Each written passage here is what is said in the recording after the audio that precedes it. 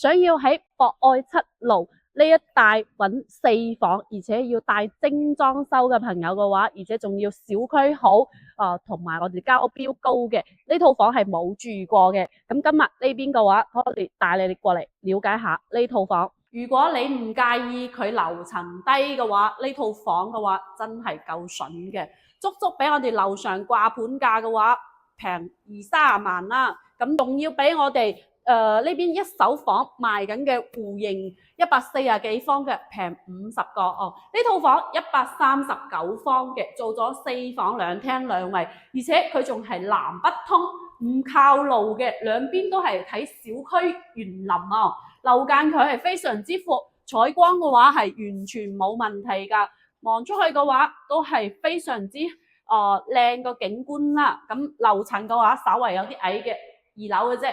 咁開發商嘅原始交標啦，咁業主一日都係未入住過嘅。咁而家嘅話佢就急賣，所以嘅話價格先會有咁優惠嘅。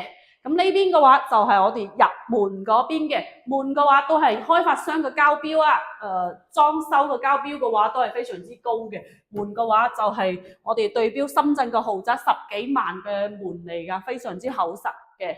咁左手邊嘅話會有一個房間，呢個房間嘅話前面嗰個戶型有些少擋啦，但係空間仲可以嘅。呢邊啲風管機都係開發商嘅交標嚟㗎。咁佢呢邊仲有3個房間嘅，咁就有我哋嘅客廁啦，2段式嘅客廁，空間感都 OK 嘅。每個房間嘅話，佢呢邊嘅戶型都係方方正正嘅。咁再過嚟就係房出陽台，呢個房間可能會稍微細少少嘅，但係擺個米半個床完全冇問題嘅。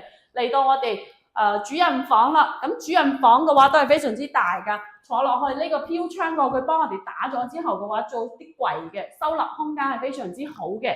嚟到呢邊嘅話，咁就係我哋個衣帽間咯。衣帽間嘅話，呢邊個都係開發商做交標，做咗推攬門嚟嘅。